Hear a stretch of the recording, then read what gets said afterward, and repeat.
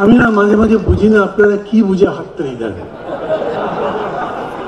আমি এমনিতে দাঁড়ালে আমার পার্টি 300 ক্যান্ডিডেট দিলেও একটাতেও পাশ করতে পারি কি না কে জানে।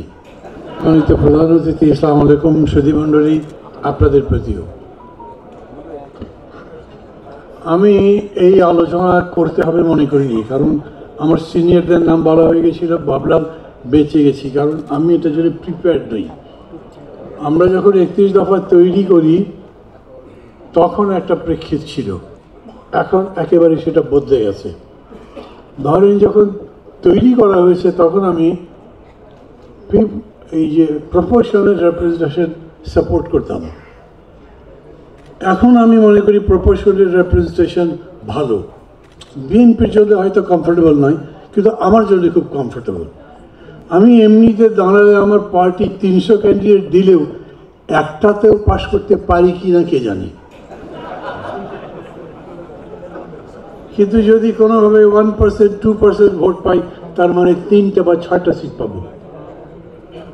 আপনাদের ওতে ভালো লাগবে না, তবু আমি এটা সমর্থন করছি না। তার কারণ আমি দেখছি যাদের বিরুদ্ধে 15 বছর ধরে লড়াই করলাম, যদি এই প্রপোর্শনাল রিপ্রেজেন্টেশন থাকে তাহলে তারা এই নির্বাচনে যদি দাঁড়াতে পারে।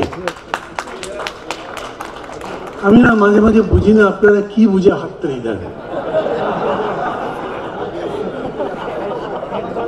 আপনারাই বলছেন, আপনারাই মানে বিএনপি বলছেন কোন পার্টি ব্যান করতে চাই না, ওই পার্টি থাকবে। আমি যখন বললাম তারা যদি থাকে নির্বাচন করতে পারে, এরকম তো হতে পারে যে প্রপোর্শনাল ভোটে দে উইল কাম সেকেন্ড। এই জন্যেই আমি বলছি সংস্কার এরকম একটা বিষয়, এটার তো শুরুও নেই শেষও নেই, সর্বসময় সংস্কার চলবে। একটা যে কোনো বিষয় বা বস্তুর উপরে কাজ করবার জন্য সংস্কার সবসময় কার্যকরী হয়। মাঝে মাঝে যখন দেখি যে কেউ কেউ বলে সংস্কার শেষ করে তারপরে ভোট, তখন আমার মনে হয় জিজ্ঞেস করি, ভাই শেষটা কোথায় করবেন? এটার শেষ কই? কি হলে শেষ? আপনি একটা রিলেটিভ এজেন্ডা বলতে পারেন, আপত্তিকভাবে এই সময়ের জন্য সংস্কার এত দূর আমার দরকার। আমি লড়াই করেছি 15 বছর, কারণ আমার ভোট চলে গেছে, কারণ আমার গণতন্ত্র নাই, আমার বাঁচার অধিকার নেই। আমি যদি ওই দেশ ফিরে পেতে চাই, যেরকম এই রক্তের মধ্যে দিয়ে স্লোগান উঠলো নতুন বাংলাদেশ চাই, নতুন বাংলাদেশ যদি চান তাহলে দেশে গণতন্ত্র লাগবে, সেজন্য ভোট লাগবে, এমন একটা ভোট যেটা সবাই গ্রহণ করতে পারে। সেই রকম একটা ভোট করবার জন্য ন্যূনতম একটা গণতান্ত্রিক পরিবেশ লাগবে। আমরা যেমন বলি লেভেল প্লেইং ফিল্ড, সেই ফিল্ড তৈরি করবার জন্য পুলিশ ঠিক করতে হবে, সিভিল বিউরোক্রেসি ঠিক করতে হবে, ইলেকশন কমিশন ঠিক করতে হবে। আমি বলি এটা মিনিমাম। আপনি এনএচএস যদি নাও করেন, হেলথ পলিসি না দেন, এডুকেশন পলিসি না দেন, ডেভেলপমেন্ট প্রোগ্রাম না বলেন, তাতে কিন্তু আপাতত কিছু যাচ্ছে আসছে না। আপনার ভোট দরকার, এইটা হলো ইমিডিয়েট প্রেফারেন্স। আপনি অন্তর্বর্তী সরকারকে বলবেন তুমি এইটা করো, সবার আগে তোমার এটা কাজ। এই জন্যই বিএনপি যখন বলে যে নির্বাচনের রোড ম্যাপ চাই, অনেকে বোঝে আবার বোঝে না, সমর্থন করে আবার করে। যে প্রথম ভোট কী বলে, এই সরকার যেতে না যেতেই বলেছে 3 মাসের মধ্যে ভোট দেন।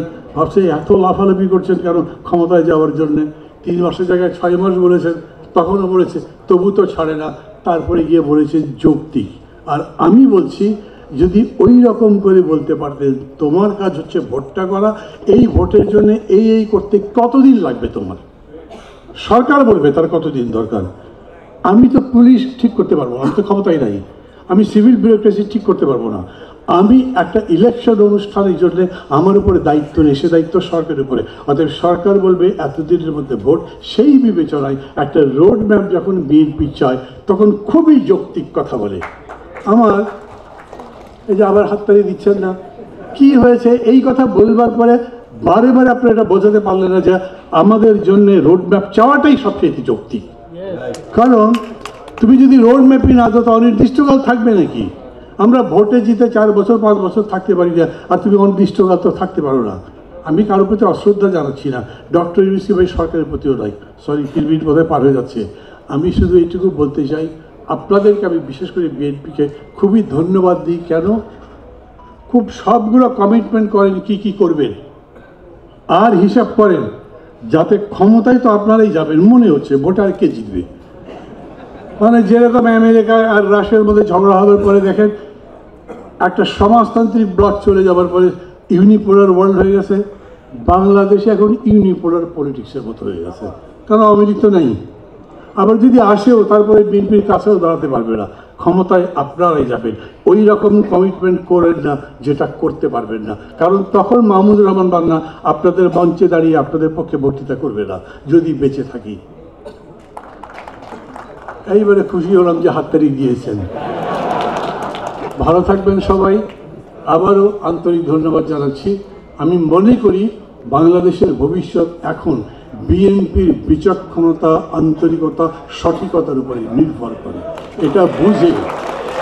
এটা বুঝেই বিএনপি আগামী দিনে এগোবে এই আশা করি, এবং সেই জন্যেই যাত্রা পথে, লড়াইয়ের পথে বিএনপিকে বন্ধু হিসেবে পাশে পেতে চাই। খোদা হাফেজ।